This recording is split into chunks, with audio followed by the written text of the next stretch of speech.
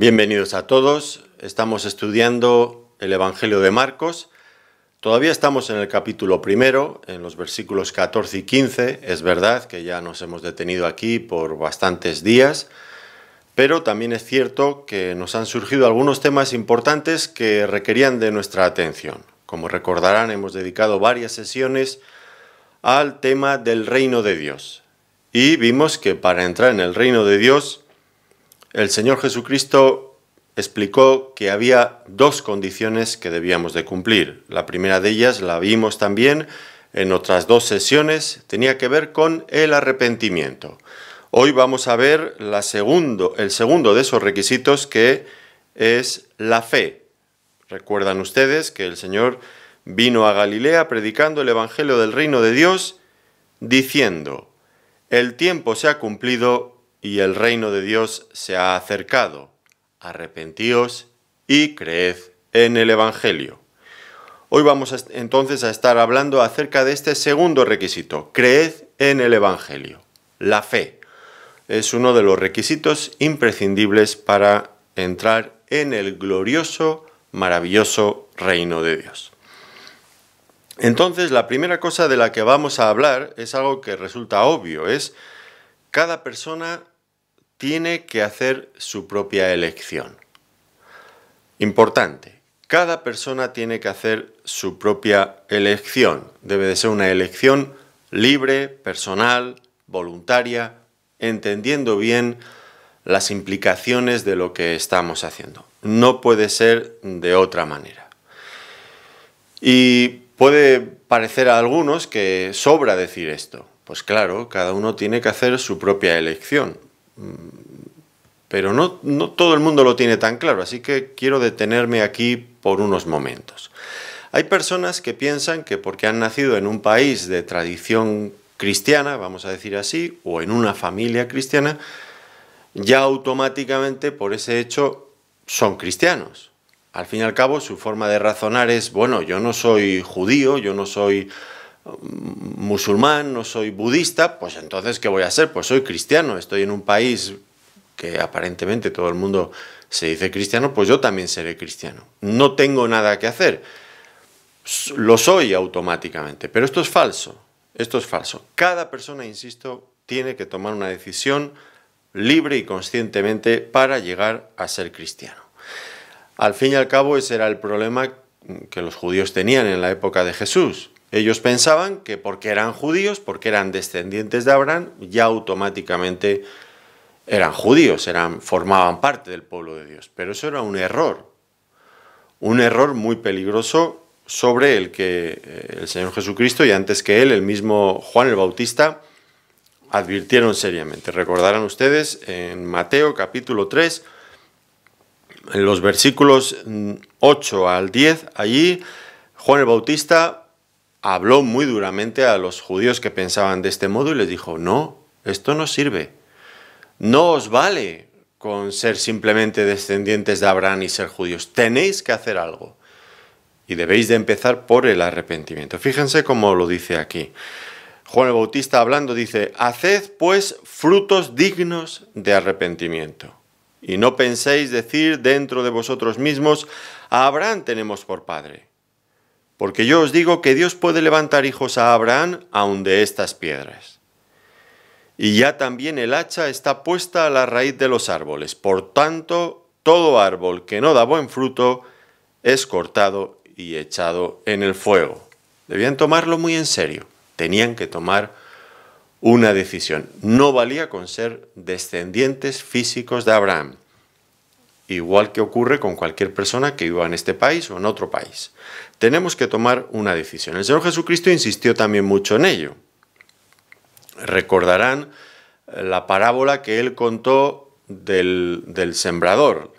La parábola del sembrador, en la que el sembrador, que simbolizaba al mismo Señor, sembraba la semilla. En realidad, el Señor lo que hacía era predicar la palabra.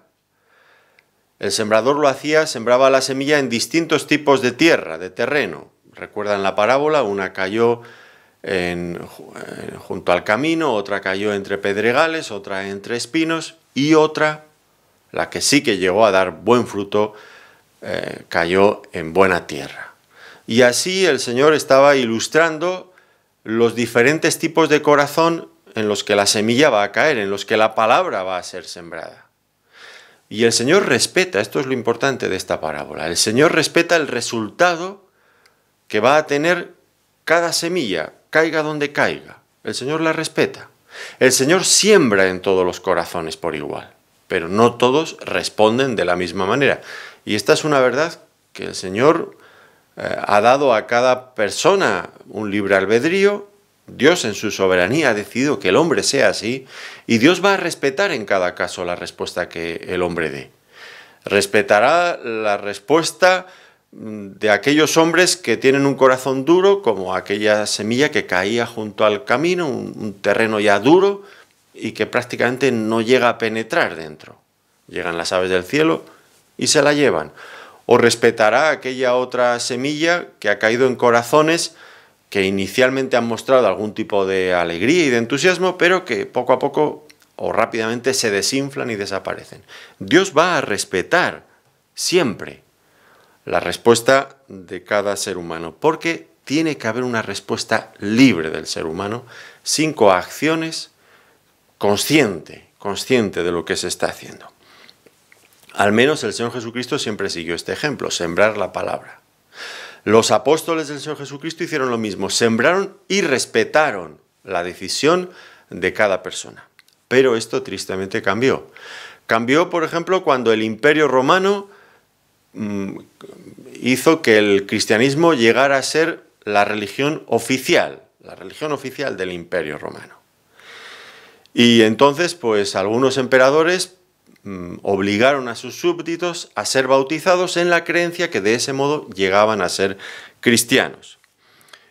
Una equivocación, porque el cristianismo, ya estoy diciendo, no se puede forzar, no se puede obligar a las personas a que lo acepten por la fuerza, porque un emperador lo dice. Eso era una equivocación. Y eso fue a mayores cuando siglos después, por ejemplo aquí en España, se obligó a los judíos a convertirse al cristianismo bajo la pena de ser quemados en una hoguera. O más tarde, aquellos nativos que los españoles encontraron cuando llegaron a América, a los que se les dio a elegir entre una espada o una cruz, igualmente forzándoles. Fueron auténticas barbaridades, que dicho sea de paso, por supuesto, no tienen nada que ver con lo que la palabra del Señor nos enseña. Acabamos de ver el ejemplo de nuestro Señor Jesucristo y también de los apóstoles. Ellos fueron por todos los sitios sembrando la palabra, predicando la palabra. Esa fue la única arma que llevaban, la palabra de Dios. Y respetaron siempre las decisiones de otros. Esas personas que llegan a ser cristianas, vamos a decirlo así, nunca llegan a serlo, pero bueno, que llegan a ser cristianos porque un emperador les ha forzado o porque se les ha obligado bajo la amenaza de ser quemados en una cruz o matados con una espada, eso no genera auténticas conversiones. Esto nunca puede ser así. Afortunadamente los tiempos han cambiado y bueno, pues es verdad que ya no se hacen cristianos, hacer cristianos entre comillas, claro está, ya no se hacen cristianos de esta manera brutal, matando o amenazando a las personas, eso es cierto. Pero algo ha quedado de eso que comenzó con los emperadores romanos cuando el cristianismo llegó a ser la religión oficial del imperio. Y el catolicismo ha seguido practicando algo de eso. Cada vez que hay un niño recién nacido en un país de tradición cristiana, de tradición católica, mejor dicho, pues esos niños son bautizados inmediatamente sin que se les consulte absolutamente nada. Así que tenemos en España 40 y tantos millones, teóricamente, de cristianos, de católicos, a los que no se les ha preguntado, no se les ha consultado, que no han tenido la oportunidad de decidir si quieren serlo o no quieren serlo. Claro está. Luego, cuando crecen, no quieren saber nada del cristianismo. Así que tenemos 40 y tantos millones de personas que teóricamente son cristianos, que no creen que tengan la necesidad de hacerse cristianos porque creen que ya lo son y que de hecho no aman a Dios ni creen en el cristianismo, lo repudian y muchas veces lo aborrecen. Esto es la realidad que vivimos en España y en muchos otros países donde se ha obligado a los niños, a las personas, a hacerse cristianos sin tener en cuenta su opinión. Pero esto no es, insisto, no es lo que el Señor Jesucristo nos enseña en su palabra. Él espera, desde luego que sí, Él está esperando constantemente que cada persona tome una decisión y se haga cristiano. Pero tiene que ser una decisión libre. No nos gustaría, ¿verdad?, que nos obligaran, por ejemplo, a casarnos con una mujer, con un hombre al que no amamos.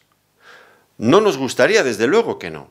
¿Y por qué nos ha de gustar que nuestros padres decidan por nosotros la religión que hemos de tener o las creencias que hemos de tener? Pues no nos gusta tampoco, claro que no. Y pues seguramente nos quejaremos en algún momento. No podemos ser cristianos por la fuerza. No podemos ser cristianos porque otro tome una decisión por nosotros. Desde luego que no. Y esto hay que aclararlo. Dios espera una decisión personal de cada uno de nosotros. Hay otros que en otro orden, otro tipo de cosas, hay otros que piensan que por el hecho de que somos criaturas de Dios, automáticamente ya somos hijos de Dios y por lo tanto no tenemos que convertirnos, no tenemos que tomar una decisión personal. Esto también es un error, desde luego que sí. Un error que por otro lado también la palabra de Dios corrige. El Evangelio de Juan al comienzo mismo, en el capítulo 1, nos dice que no por el hecho de ser hijos de Dios, de ser criaturas de Dios, somos hijos de Dios. No, no. Llegamos a ser hijos de Dios cuando creemos en Él. Todos somos criaturas de Dios, creados por Dios, pero no todos somos sus hijos. Tenemos que hacer algo para llegar a ser sus hijos. Y eso aquí nos va a explicar que tiene que ver con la fe. Es el pasaje, Juan capítulo 1, versículos 12 y 13, dice: mas a todos los que le recibieron, a los que creen en su nombre, les dio potestad de ser hechos hijos de Dios, los cuales no son engendrados de sangre, ni de voluntad de carne, ni de voluntad de varón, sino de Dios. ¿Quiénes llegan a ser hijos de Dios? Pues aquellos que le recibieron, los que creen en su nombre. Hay que recibir a Dios en nuestra vida, hay que creer en Él para llegar a ser hijos de Dios. Nos hemos encontrado con personas que les predicamos el Evangelio, les animamos a buscar a Dios, a entregarle su vida a Dios, a recibirle en sus vidas y ellos dicen: yo no lo necesito.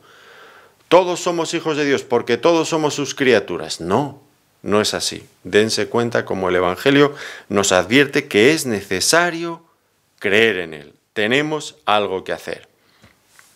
Otros piensan que, bueno, puesto que Cristo murió en la cruz por todo el mundo, pues todo el mundo se salva automáticamente.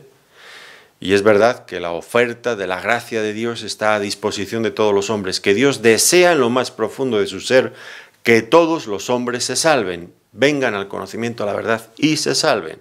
Esto nos lo dice 1 Timoteo capítulo 2, versículo 4, o Tito capítulo 2, el versículo 11.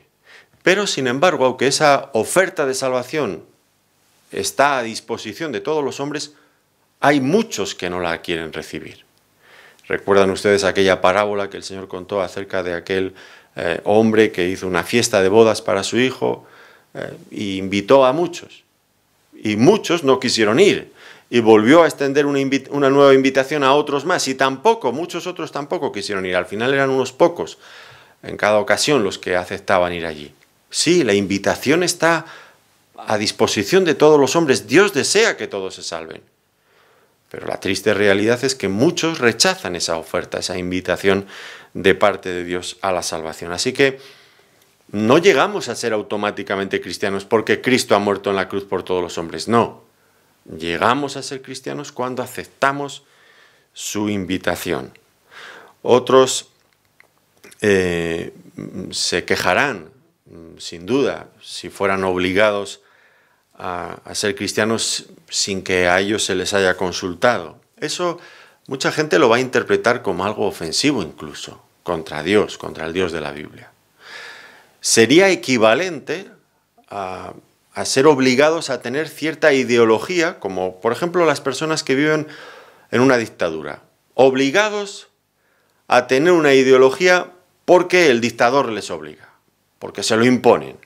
Pues desde luego si así fuera en el cristianismo, nos quejaríamos. Igual que esas personas que están bajo una dictadura se quejan cuando tienen por fin la libertad, se quejan y se van al extremo opuesto. Nadie quiere eso. En España tuvimos la desgracia de vivir bajo una dictadura militar por muchos años. Y cuando hubo una transición y pasamos a la democracia, ya nadie quiso saber nada del dictador. Ahora en España están retirando en algunos lugares el nombre de aquellas calles que guardan alguna relación con el dictador. No lo quieren ni en pintura, ni en el recuerdo lo quieren. Y en cambio, cuando el dictador estaba vivo, nadie se quejaba de eso. ¿Por qué? Pues porque por temor aceptaban eso y hasta sonreían si llegaba el caso y afirmaban que creían eso mismo. Pero era por temor, era por miedo a las represalias. Si Dios impusiera el cristianismo a todas las personas o a las personas, nos quejaríamos de igual manera y, por supuesto, nunca llegaríamos a amar a Dios de verdad. Tal vez simularíamos que le amamos, pero sería algo simulado, ya digo, por temor a las represalias, por temor al castigo. Y Dios no quiere este tipo de reacciones de nosotros. Dios quiere ganar nuestro corazón y nuestro amor de verdad, de una forma genuina.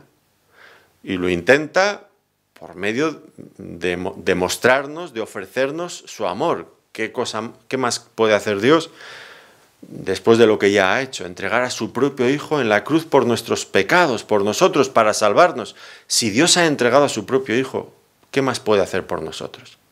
Nosotros no entregaríamos uno de nuestros hijos por nadie más, menos por un enemigo. Y Dios ha entregado a su Hijo porque nos ama, a pesar de que somos, por naturaleza, enemigos suyos. Pero Dios ha demostrado su amor. ¿Con qué finalidad? Pues con la finalidad de ganar nuestro amor.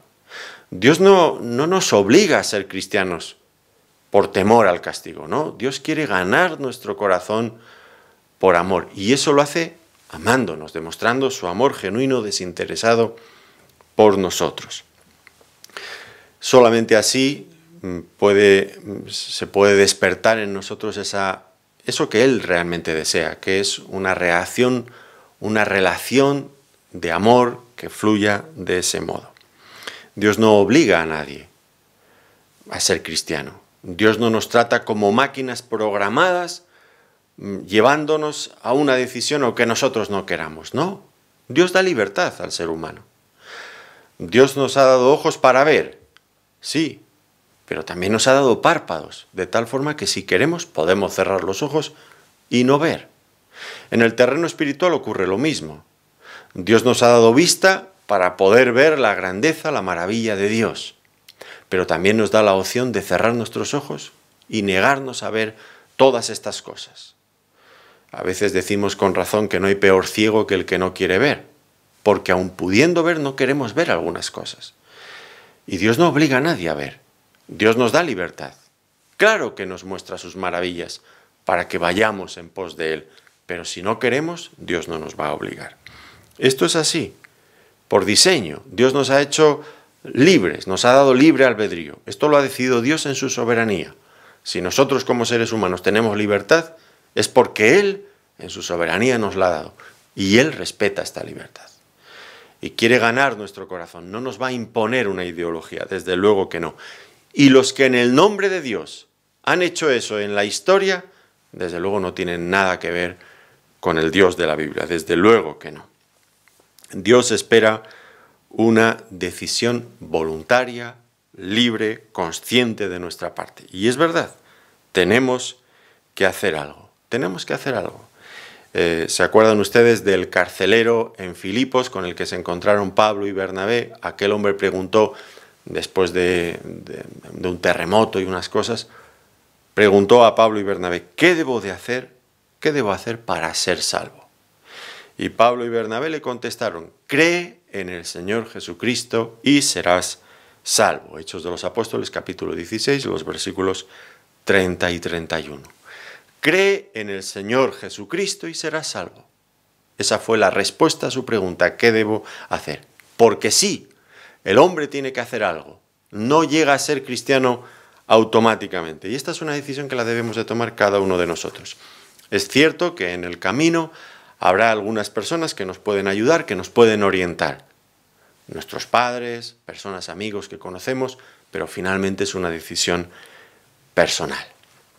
Así que sí que tenemos que hacer algo. Y hay que aclarar esto porque, sobre todo en países como España o en otros países de trasfondo católico, la gente piensa que ya son cristianos por haber nacido aquí. No, no. Tenemos que hacer algo y Dios está esperando que lo hagamos.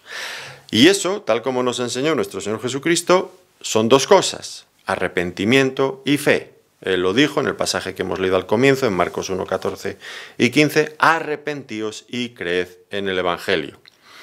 El apóstol Pablo, resumiendo su ministerio cuando hablaba con los ancianos en Éfeso, en Hechos de los Apóstoles, capítulo 20 y versículo 21, resumió su ministerio diciendo que él había hablado a judíos y a gentiles acerca del arrepentimiento para con Dios y de la fe en nuestro Señor Jesucristo. Estos dos elementos, nuevamente, arrepentimiento y fe. Ya hablamos ampliamente del arrepentimiento en las dos sesiones anteriores y allí dijimos que cuando nos arrepentimos lo que estamos haciendo es reconocer nuestro pecado como una ofensa contra el Dios Santo. Y nos volvemos de nuestra rebeldía y de nuestra independencia de Dios, nos volvemos a Dios. Nos volvemos a Él y creemos en Él. Creemos en Él y nos sometemos a su voluntad nuevamente. Eso es importante. Desde ese momento aceptamos a Dios, a Cristo como nuestro Salvador y también como nuestro Señor. Una vuelta, un regreso, un retorno de nuestros pecados hacia Dios. Arrepentimiento y fe. Ambas cosas tienen que ir juntas. De nada sirve arrepentimiento sin fe, ni fe o fe sin arrepentimiento. ¿Recuerdan ustedes cuál es el problema de los demonios? Creen, pero no están dispuestos a sujetarse a la voluntad de Dios, dice Santiago 2:19. ¿Los demonios también creen y tiemblan? Claro que creen. Creen porque ven a Dios, conocen su majestad, saben perfectamente que Él es santo, que Él es soberano, que Él es glorioso, pero no quieren sujetarse a su voluntad. Tampoco sé, no estoy diciendo en este momento que ellos puedan arrepentirse y puedan creer, yo esto no lo sé, porque la Biblia no lo dice, pero este es el problema. Creen, pero no se arrepienten, no están dispuestos a sujetarse a su voluntad. Y hay muchas personas que creen en Dios de una manera intelectual, pero no están dispuestos a someterse a su voluntad. En cierto sentido, el arrepentimiento y la fe, que son los requisitos que Dios pone de nosotros, son en realidad dar la vuelta, invertir lo que ocurrió en el Edén. ¿Qué ocurrió en Edén?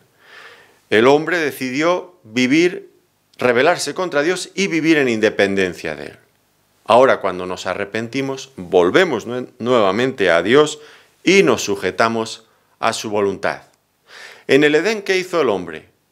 Pues escuchó la tentación, las sugerencias de la serpiente que les decía, Dios os ha dicho, no lo creáis, hombre, ¿no? No os está diciendo la verdad. Os está diciendo eso, pero os está engañando porque realmente os quiere tener aquí sujetos con engaños, con mentiras. Y el hombre creyó las mentiras de la serpiente y se rebelaron contra Dios. ¿Qué es la fe? Pues la fe es invertir eso. La fe es volver a confiar en Dios. Pasar de la desconfianza a la confianza. Confiamos en lo que Él dice y no solamente confiamos, sino que creemos y aceptamos lo que Él nos dice. Por lo tanto, estos dos elementos tienen que ir juntos, son imprescindibles. Arrepentimiento y fe.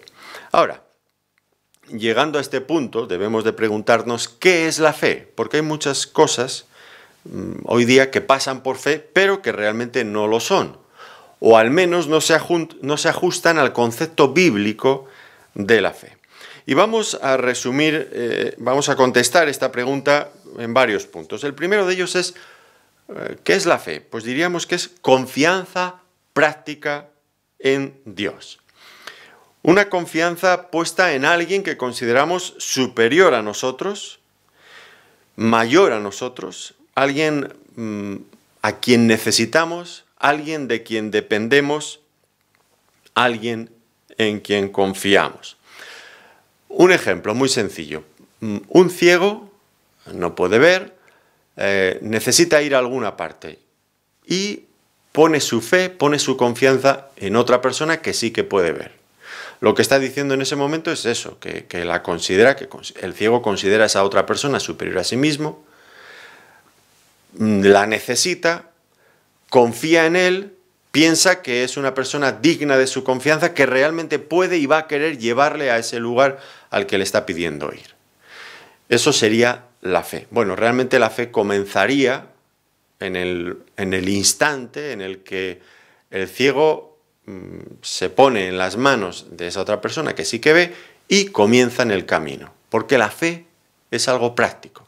No es solamente que confiamos que sí que me puede llevar a ese sitio, sino que comienzo a andar juntamente con esa persona en esa dirección. Muy importante esto. Confianza práctica. Una historia que se cuenta de Charles Blondin, o quizás se pronuncia de otra forma, muy probablemente sí, este famoso funámbulo y acróbata francés, muy conocido por haber cruzado un montón de veces las cataratas del Niágara encima de una cuerda. Bueno, pues este hombre le preguntó en un momento a un amigo suyo si creía que era capaz de volver a cruzar las cataratas del Niágara sobre una cuerda cargando sobre sus espaldas con una persona. Y bueno, pues el amigo dijo, pues yo creo que sí que puedes hacerlo. De hecho, había hecho cosas ya muy extrañas, había cruzado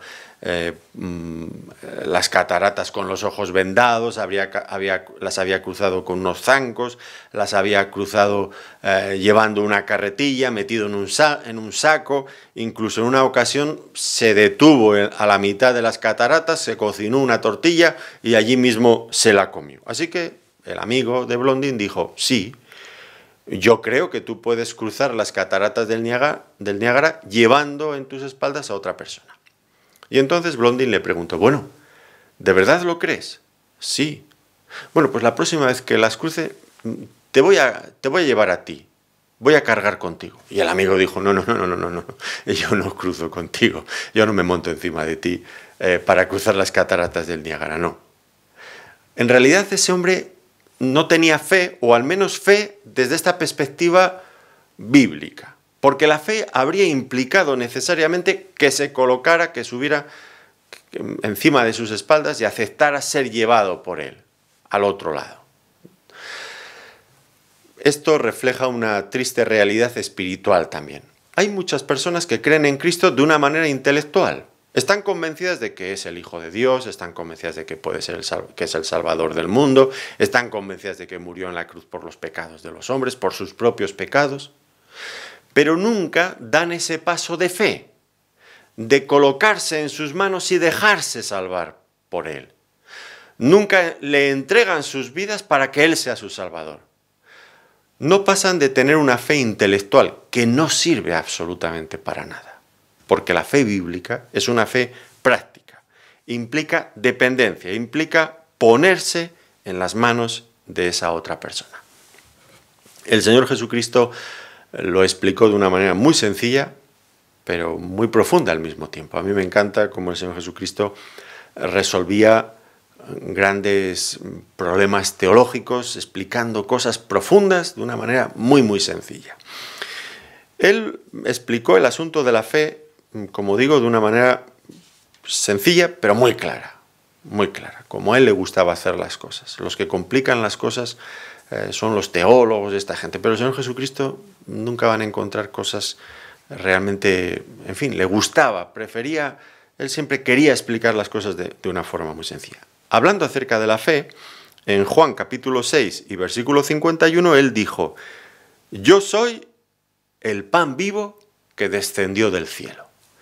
Yo soy el pan vivo que descendió del cielo. Y añadió, Si alguno comiere de este pan, vivirá para siempre. ¿Por qué digo que esto ilustra perfectamente lo que es la fe? Bueno, si yo tengo hambre, no me sirve de nada quedarme mirando un pan que haya encima de la mesa.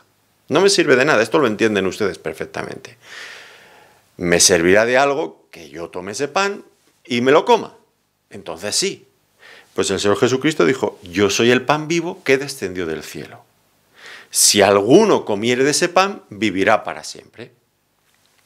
Espero que todo el mundo aquí entienda que el Señor Jesucristo no estaba promoviendo ninguna forma de canibalismo. Nada que ver con eso. Algunos en la antigüedad acusaron a los cristianos de caníbales, precisamente por esto, pero no tiene nada que ver con esto. Un poco más adelante, en este capítulo, el Señor Jesucristo dijo que no se debían de ofender por estas palabras, porque lo que Él había hablado, dice, las palabras que yo os he hablado son espíritu y son vida. Hay que entenderlas espiritualmente, no de una forma literal, por favor. No estaba promocionando una forma de canibalismo, ni muchísimo menos. Estaba poniendo una ilustración de lo que es la fe. La fe en Él, en el Señor Jesucristo, es apropiarse de Él de una forma íntima. Del mismo modo que yo me como un trozo de pan. El trozo de pan que yo me como llega a mi estómago y luego pasa a mi organismo, por unos procesos que ustedes saben, ¿no? Pasa a mi organismo. Y unas horas después ese trozo de pan que yo me he comido ya forma parte de mí mismo. Ya no puede usted volver a extraer, a sacar de mi cuerpo ese trozo de pan. Ya no puede, porque ahora ese trozo de pan forma parte de mi ser. Y así es la fe. La fe no es que yo miro. La fe no es la persona que sabe cosas acerca del Señor Jesucristo. La fe es la persona que se apropia del Señor Jesucristo de la misma manera que yo me como un trozo de pan. Y hago a Cristo parte de mí mismo, por medio de la fe. Esto lo entendemos, es un ejemplo muy sencillo. De esta relación íntima, personal, inseparable que llega a haber entre Cristo y la persona que lo recibe. Como la persona que come un trozo de pan. Una relación íntima, profunda, inseparable. Al mismo tiempo, no solamente es que Cristo forma parte de nosotros mismos, sino que además esta ilustración sencilla, pues viene a decirnos también que Él se convierte en el sustento de nuestra vida, de nuestras vidas. Él es el único que calma nuestra hambre de manera definitiva. Él lo dijo. El que comiere de este pan vivirá para siempre, tendrá una vida plena, abundante, eterna. Esto es la cuestión. Creer implica llegar a aceptar a Cristo de una forma personal e íntima.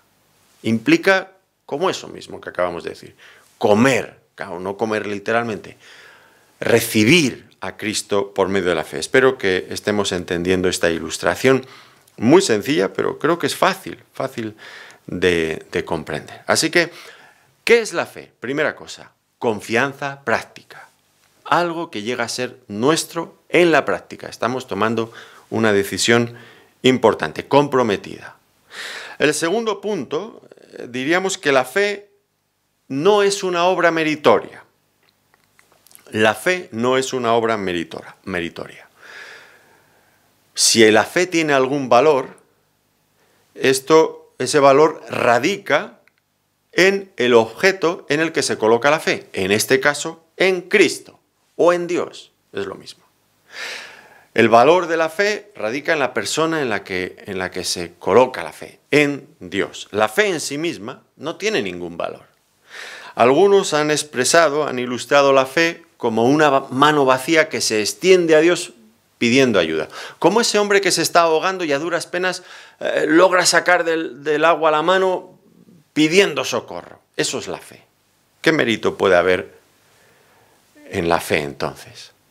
Si no es nada más que el reconocimiento de nuestra tremenda necesidad, de que nos estamos hundiendo, de que no podemos hacer nada por salvarnos a nosotros mismos. La fe es eso, es ese reconocimiento. Como decía el salmista en el Salmo 143, versículo 6, cuánto me gusta, extendí mis manos a ti, mi alma a ti, como la tierra sedienta. como esa tierra que se resquebraja porque no tiene agua y clama al cielo. Claro, la tierra no puede clamar, pero ustedes entienden la ilustración. La tierra clama al cielo pidiendo la lluvia. Pues así es la fe, como la mano que se extiende a Dios pidiendo ayuda, como la tierra sedienta que busca la lluvia. Eso es la fe. La fe no tiene ningún mérito en sí misma. La fe, el mérito no está en la mano del pecador, el mérito está en la mano de Dios que nos toma con fuerza y nos saca de nuestra perdición y de nuestra necesidad a la vida. Ahí está el mérito. La fe no tiene ningún mérito. Quítense esta idea si es que la tienen. Especialmente tenemos tal vez que aclarar este concepto a las personas religiosas, que confunden muchas veces la fe con el cumplimiento de ciertos ritos religiosos. Cuando dicen, por ejemplo, entre el catolicismo, yo tengo mucha fe, lo que quiere decir es que practican mucho su religión y participan activamente en sus ritos. Yo tengo mucha fe. En ese caso, si el concepto es ese, cuando dicen yo tengo mucha fe, es que están muy involucrados en su religión, podría ser entonces comprensible que pensaran que la fe tiene algún mérito, porque al fin y al cabo son ellos los que se están esforzando en hacer eso. Pero eso, ya digo, no es el concepto de la fe bíblica. La fe bíblica es esa actitud desesperada del hombre que ve que se hunde, que se ahoga, que se pierde, porque no puede salvarse a sí mismo y clama a Dios pidiendo ayuda. No tiene nada que ver con eso otro, esa otra actitud, que practicando una religión estoy consiguiendo méritos. Y pienso que eso es la fe. Eso no es la fe. No es la fe bíblica. Por supuesto que no. Así que hay que aclarar esto. Especialmente, ya digo, a las personas religiosas que confunden siempre estas cosas. Piensan que hay algún mérito en la fe por eso, porque piensan que son obras que ellos están haciendo.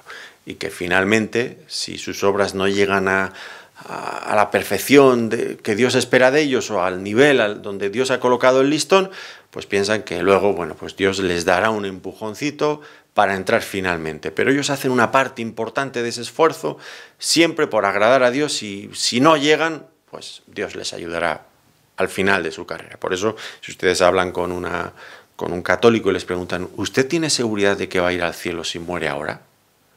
Dicen, hombre, ¿eso quién lo sabe? Eso no lo sabe nadie. Contestan así porque no saben si se han esforzado lo suficiente en su fe, en ese concepto de fe. Y bueno, pues piensan que sí, que Dios finalmente es misericordioso y que si no han alcanzado la meta, Dios les empujará. Pero es que eso no tiene nada que ver con la fe. La fe es todo lo contrario. La fe es nuestro reconocimiento de que no nos podemos salvar a nosotros mismos. Eso es la fe. Y clamamos angustiados a Dios, Señor, sálvame, Señor, socórreme, que me hundo. Eso es la fe. Y en la fe no hay ningún mérito, desde luego que no. Tercer punto, también muy importante, es que la fe solo tiene valor si se coloca en Cristo. Y aquí tenemos que corregir también algunas tendencias igualmente equivocadas. Hay personas que dicen, yo tengo mucha fe en tal virgen o en tal santo.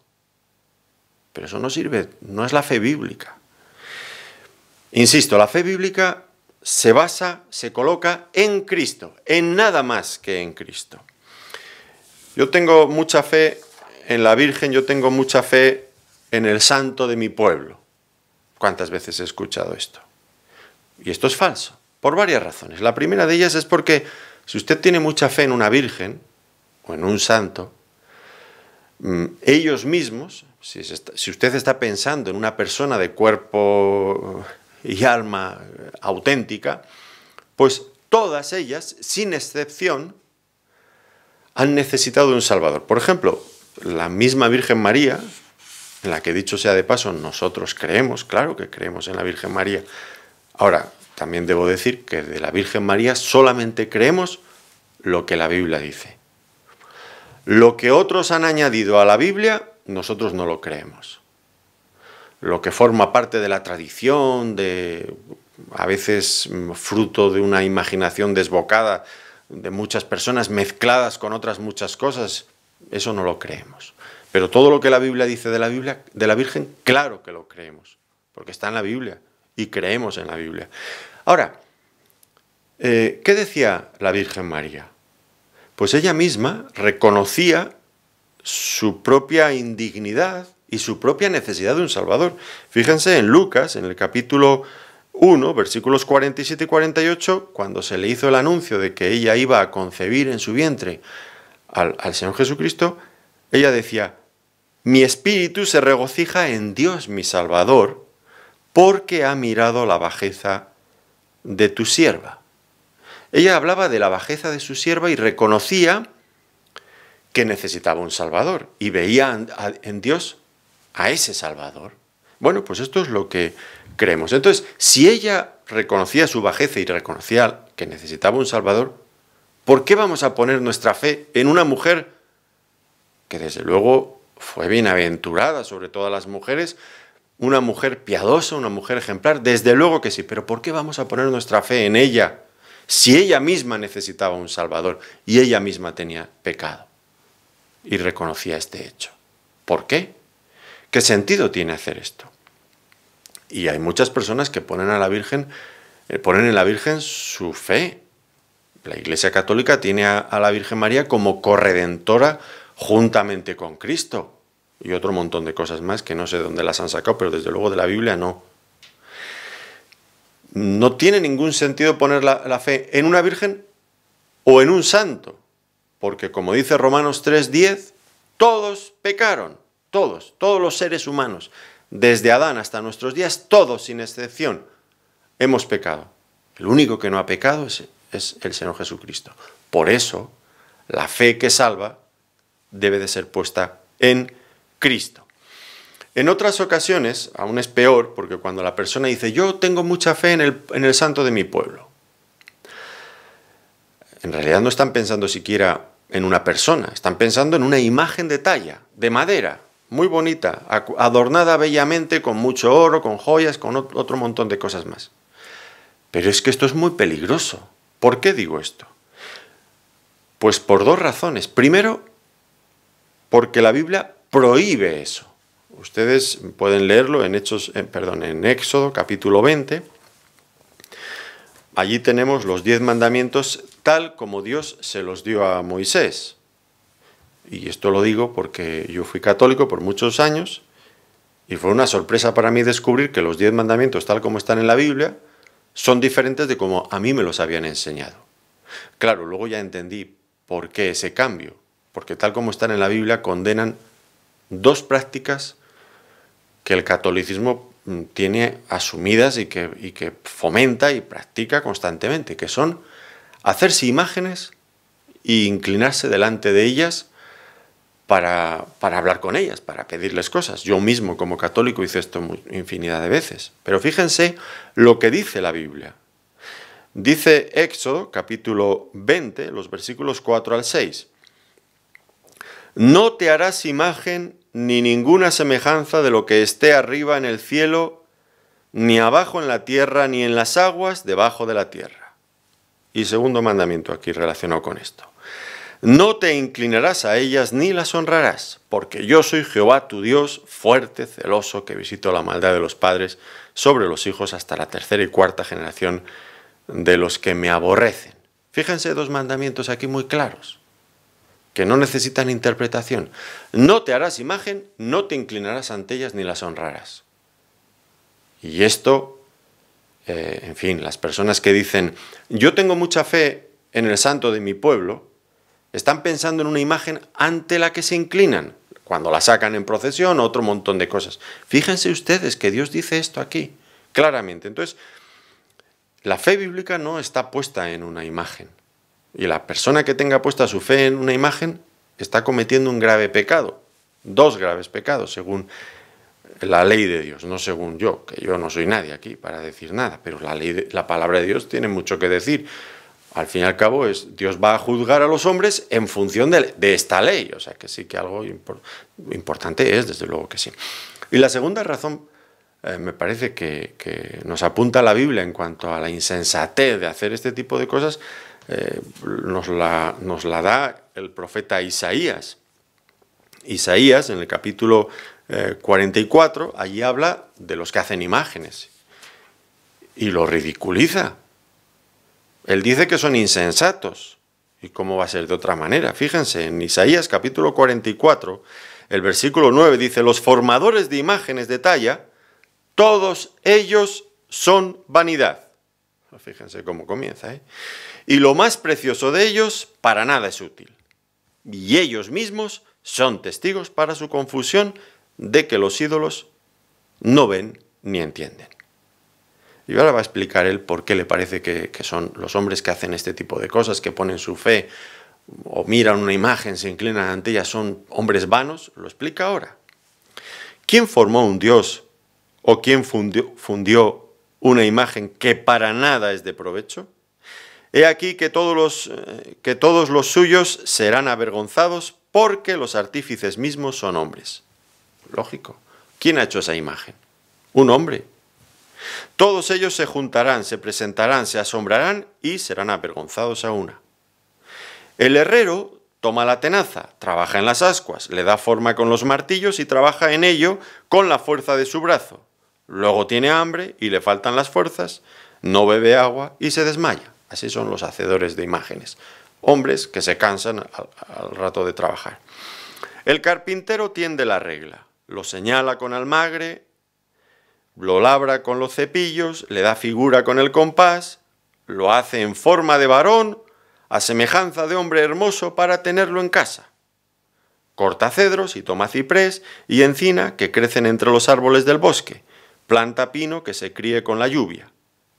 De él se sirve luego el hombre para quemar, y toma de ellos para calentarse. Enciende también el horno y cuece panes. Hace además un dios y lo adora. Fabrica un ídolo y se arrodilla delante de él. Parte del leño quema en el fuego, con parte de él come carne, prepara un asado y se sacia. Después se calienta y dice: oh, me he calentado, he visto el fuego. Y hace del sobrante un ídolo suyo, se postra delante de él, lo adora y le ruega diciendo: líbrame, porque mi Dios eres tú. O sea, del mismo tronco de leña, una parte se destina para quemarlo en el fuego, se calienta y hace la comida, y la otra parte del leño hace una imagen y se arrodilla delante de él y le hace peticiones. Dice, es que por favor, no saben ni entienden, porque cerrados están sus ojos para no ver y su corazón para no entender.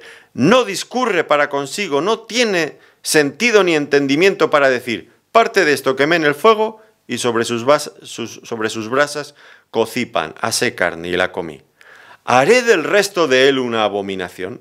¿Me postraré delante de un tronco de árbol? De ceniza se alimenta, su corazón engañado le desvía para que no libre su alma ni diga: ¿no es pura mentira lo que tengo en mi mano derecha? Pues un ídolo es esto, es un trozo de madera bellamente adornado, que una parte se ha usado para una cosa, para hacer fuego, y la otra parte es un dios. Hecho por un hombre que se cansa, que se fatiga. Pues, ¿qué pueden hacer por él un ídolo? Nada. Por eso dice que es vanidad. Los salmistas, ¿cuántas veces ridiculizaban también a los que se postraban delante? Bueno, es que delante de los ídolos. Hay infinidad de pasajes en el Antiguo Testamento hablando de los ídolos y hablando de estas cosas, y siempre, normalmente, en torno o de condena o de burla, porque realmente es una insensatez. Fíjense el Salmo 115, versículos 4 y 8. Dice: los ídolos de ellos son plata y oro, obra de manos de hombres. Tienen boca, mas no hablan. Tienen ojos, mas no ven. Orejas tienen, mas no oyen. Tienen narices, mas no huelen. Manos tienen, mas no palpan. Tienen pies, mas no andan. No hablan con sus garganta. Semejante a ellos son los que los hacen y cualquiera que confía en ellos. Yo tengo mucha fe en el santo de mi pueblo. ¿Y el santo de su pueblo qué es? No será un ídolo que tiene ojos y no ve. No será un ídolo que tiene narices y no huele. Que tiene manos pero no palpa. Que tiene pies pero usted lo tiene que llevar en andas en la procesión. Oiga, pues dice aquí: semejantes a ellos son los que los hacen y cualquiera que confíe en ellos. Es una insensatez. Si usted dice: yo tengo mucha fe en el santo de mi pueblo, y está pensando en esto, usted está cometiendo un grave error. Esa fe nunca le va a salvar. Nunca. Todo lo contrario, le enemista con Dios porque Dios lo ha prohibido en su palabra. Y esto es muy serio.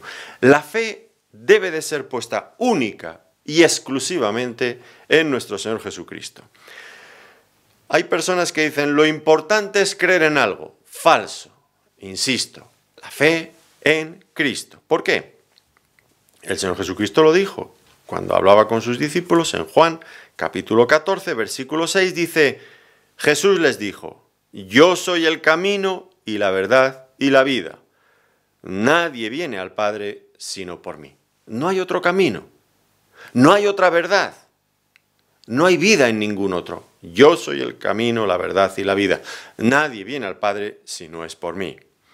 En Hechos de los Apóstoles, capítulo 4, versículo 12, dicen los apóstoles, y en ningún otro hay salvación, porque no hay otro nombre bajo el cielo dado a los hombres en que podamos ser salvos. Esa idea que se ha extendido mucho en nuestro tiempo, lo importante es creer en algo, seguro que usted la ha escuchado, es falsa. Lo importante es creer en Cristo, no creer en algo. Si creer en algo nos salvara, entonces, ¿qué sentido tiene que Dios enviara a su propio Hijo a morir en la cruz? Si al fin y al cabo, creyendo cualquier otra cosa, ya me voy a salvar, ¿para qué tuvo que enviar a su Hijo a morir en la cruz? Por mis pecados. Si creer cualquier cosa vale, cualquier cosa que yo me invente, cualquier cosa que surja de mi corazón, ¿para qué Dios me ha tenido que dar su palabra? Si con creer cualquier cosa vale. Piensen ustedes bien. Lo importante no es creer cualquier cosa. Ya sé que esto es una idea muy popular, pero Dios no va a dar por bueno lo que ya ha dicho en su palabra que es malo. Vamos a ver, imaginémonos un musulmán extremista, de estos que se colocan un montón de explosivos en su cuerpo, van a un mercado y se hacen estallar y matan a montones de personas. Cuantos más mejor, piensan ellos. Él tiene mucha fe en algo, en que haciendo eso se va al paraíso y va a estar rodeado de vírgenes según le entre allí. Bueno, según esta postura, lo importante es creer en algo, pues ese ya cree en algo. ¿O qué diremos del catolicismo en sus guerras santas, de la cantidad de personas que los papas llevaron a la hoguera, mataron en la Inquisición? Oiga, creían en algo, estaban convencidos de eso. Creían que hacían un servicio a Dios, tal como dice el Señor Jesucristo. Y los que os maten pensarán que rinden un servicio a Dios. Estaban convencidos. Pero Dios lo va a dar por bueno. Lo importante es creer en algo. Bueno, si crees este tipo de barbaridades, no podemos esperar que Dios lo va a dar por bueno cuando ya ha dicho en su palabra que Él detesta ese tipo de cosas, que Él las condena. La violencia en nombre de la religión es algo que Dios detesta. Dios ha dicho que la forma de extender su reino no es por la violencia, por el terror, sino por la predicación de la palabra de Dios. Miren ustedes, si creer cualquier cosa vale, entonces tendríamos que aceptar las creencias más insólitas que a los hombres se les ha ocurrido. Por ejemplo, tendríamos que aceptar la primera iglesia de Bob Esponja. Sí, lo han escuchado bien, hay una religión así, que da culto al popular personaje animado, Bob Esponja. O tendríamos que aceptar igualmente la religión maradoniana, que tienen al conocido futbolista Armando Maradona como su dios y que adoran a un balón. O tendríamos que aceptar igualmente como buena la religión del Jedi, inspirada en la Guerra de las Galaxias. Tendríamos que ver también algún tipo de virtud en cosas que claramente están en contra de la palabra de Dios. Por ejemplo, la iglesia de la eutanasia, que tienen como su principal mandamiento no procrearás. Y sus 4 pilares sagrados son la sodomía, el canibalismo, el suicidio y el aborto. Lo importante es creer en algo. Oiga usted, por favor. O la iglesia de los raelianos, que afirman que la vida en la Tierra fue creada por seres de otro planeta mediante ingeniería genética y confían en la clonación como un arma para conseguir la inmortalidad. O la lacrimología, que propone que a través del dolor físico y mental, y por lo tanto del llanto, es posible alcanzar un estado espiritual superior. O la mayoría de las religiones orientales que creen en la reencarnación del alma en distintos cuerpos según van muriendo, o de los hindúes que creen que las vacas son sagradas, o de los panteístas que creen que todo es Dios. Oiga, lo importante es creer en algo. Esto es absurdo, esto es absurdo. La imaginación humana no conoce límites para imaginar, para inventar nuevas creencias. En materia religiosa, el ser humano no tiene fin. Por otro lado, muchas de estas posturas son completamente opuestas. Una está en contra de la otra. Por ejemplo, el Dios de la Biblia dice que Él es el creador de todo, y el panteísmo dice que todo es Dios. Mientras que Dios se diferencia de la materia que ha creado, el panteísmo dice no, Dios lo es todo. Una de las dos tiene que ser mentira, a la fuerza. Si lo importante es creer en algo, hay alguien que está creyendo en una mentira. Y creer en una mentira nunca nos va a llevar a la salvación ni a la vida eterna. Es absurdo, es absurdo. Así que es verdad que en nuestro tiempo moderno se idolatra la tolerancia y estamos obligados a callarnos frente a las mayores locuras que escuchemos. Todo para mantener una convivencia pacífica. Bueno, nosotros nos podremos callar o no, pero Dios no se va a callar. Dios ya ha dicho lo que desaprueba, y eso, lo que Él condena en su palabra, lo condena. Y esto está claro. Así que lo importante no es creer en algo, es creer en Cristo, creer en su palabra. El cuarto punto, guarda relación con esto: la fe es la respuesta humana a la palabra revelada de Dios. La fe que salva se deposita en lo que Dios ha revelado en su palabra, no en lo que yo quiero creer. Fe que se deposita en lo que Dios revela y que yo me someto y obedezco y ajusto mi vida a lo que Dios dice aquí. Eso es la verdadera fe. Y es importante aclarar esto, porque si no,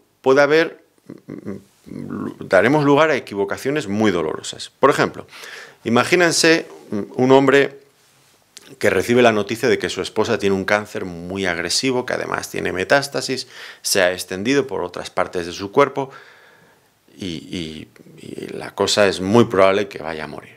Al menos el diagnóstico médico es este. Entonces el hombre, pues, tiene mucha fe, dice él, en que su mujer se va a sanar. Tiene mucha fe en que su mujer se va a sanar. Ahora, ¿por qué digo que tener un concepto equivocado de la fe puede resultar muy doloroso? Porque la fe que ese marido tiene está puesta en lo que él desea, pero no en lo que la palabra de Dios dice. La Biblia nunca afirma en ninguna parte de la palabra de Dios, se nos garantiza que teniendo fe vamos a conseguir que ninguno de nuestros familiares queridos mueran. Eso no lo dice la Biblia en ninguna parte. Así que, ¿qué puede ocurrir fácilmente en este caso que estoy diciendo? Pues puede ocurrir que la mujer muera, fallezca. Y entonces el marido va a sentir una terrible decepción.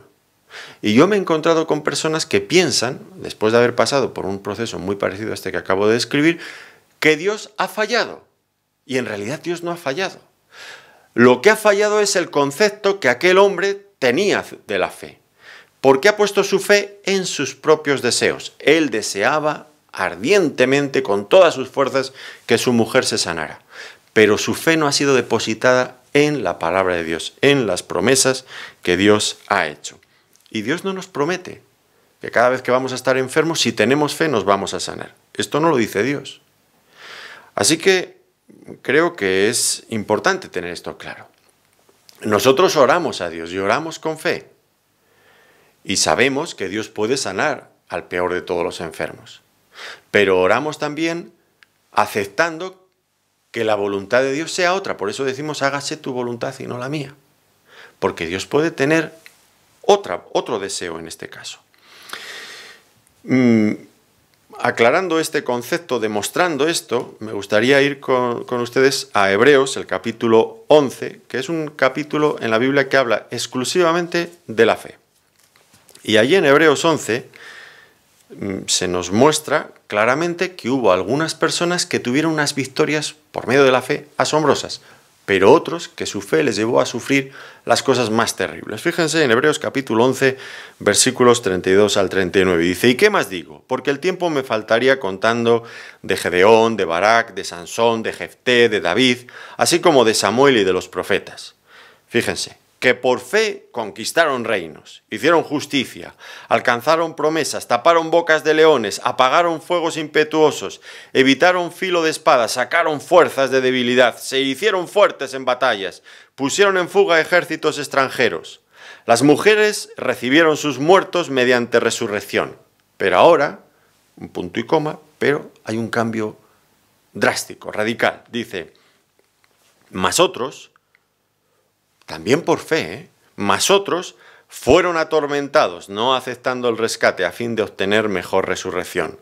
Otros experimentaron vituperios y azotes, y a más de esto prisiones y cárceles. Fueron apedreados, aserrados, puestos a prueba, muertos a filo de espada, anduvieron de acá para allá cubiertos de pieles de ovejas y de cabras, pobres, angustiados, maltratados, de los cuales el mundo no era digno, errando por los desiertos, por los montes, por las cuevas y por las cavernas de la tierra.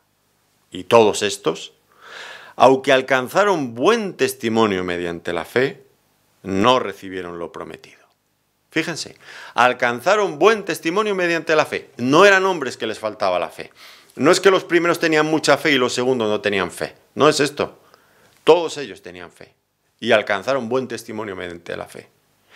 Pero a unos la fe les llevó a la victoria y a otros les llevó al sufrimiento.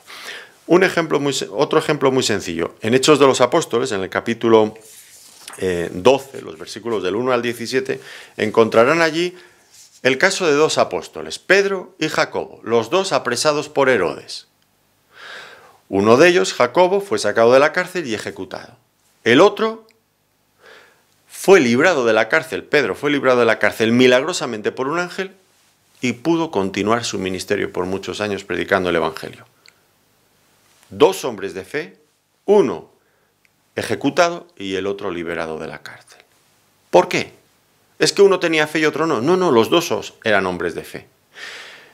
Entonces, ¿quién decide la diferencia, el destino de uno a otro? Dios. Dios es el que va a determinar en cada momento lo que Él quiera conforme a su buena voluntad y a su sabiduría. Y Él es soberano y lo va a decidir así. Entonces la fe se basa, se nutre en la palabra de Dios y en sus promesas, no en nuestros deseos. La fe es la respuesta obediente a la palabra de Dios. Por eso es imposible tener mucha fe si no se conoce bien la palabra de Dios, porque tendremos fe en cualquier cosa, pensando tal vez que sí que está en la Biblia, pero tenemos que ir allí a ver si está. Entonces, la fe se basa en la palabra de Dios. Y la fe viene por el oír la palabra de Dios, dice Pablo a los Romanos, capítulo 10 y versículo 17. Es importante la palabra de Dios en relación con la fe. La verdadera fe se nutre de la palabra de Dios, de sus promesas. Respeta la palabra de Dios. Ajusta su vida para vivir de acuerdo a la palabra de Dios. Si dejamos a un lado la palabra de Dios, la fe se convierte en algo subjetivo y cada uno creerá lo que bien le parezca. Pero eso no es la fe bíblica. Así que la fe, sería nuestro cuarto punto, se basa, se fundamenta en la palabra de Dios. Terminamos ya entonces y quiero permitirme hacerle una reflexión personal. Es verdad que acabamos de ver que Dios es soberano y que Él establece las condiciones para que las personas entren al reino de Dios. Y esas dos condiciones son arrepentimiento y fe. Y me gustaría preguntarle si usted ya se ha arrepentido realmente de sus pecados y ha colocado su fe en Cristo. Y hablo de una fe no intelectual, no si usted sabe, si usted cree en Cristo de una forma mental, no, sino si usted ha depositado su vida en las manos de Cristo para que le salve de acuerdo a lo que la palabra de Dios nos enseña. Si no lo ha hecho, le animo a que usted confíe en Cristo. Le animo a que quite de su mente, de su corazón, cualquier otra cosa, cualquier otra práctica que no tenga que ver con esta fe sencilla en Cristo. Que se ponga en sus manos, que como aquel salmista clame a Dios, extienda su mano a Dios: Señor, sálvame. El Señor Jesucristo ha dicho: al que a mí viene, no le echo fuera. Cualquiera que sean sus pecados, por más graves que hayan podido ser, el Señor Jesucristo dijo: al que a mí viene, no le echo fuera. Si usted va a Él, si usted le entrega su vida, la coloca en sus manos, Dios le salvará. Y será una experiencia maravillosa, como aquella mujer pecadora que se acercó al Señor Jesucristo en casa de Simón el fariseo. Y el Señor le dijo: mujer, tu fe te ha salvado. Ve en paz. Si usted pone su vida, le entrega su vida al Señor, confía en Él, escuchará también estas palabras del Señor: tu fe te ha salvado. Ve en paz. No hay nada que yo desee más que esto, que usted pueda conocer a este Señor, a nuestro Señor Jesucristo, de esta forma personal, como su Salvador. Usted tiene que hacer algo. Dios le sigue invitando, le sigue extendiendo su gracia, pero usted tiene que tomar una decisión. Tómela, tómela y disfrute de la bendición de Dios y de su reino eterno. Que Dios les bendiga. Gracias por su atención.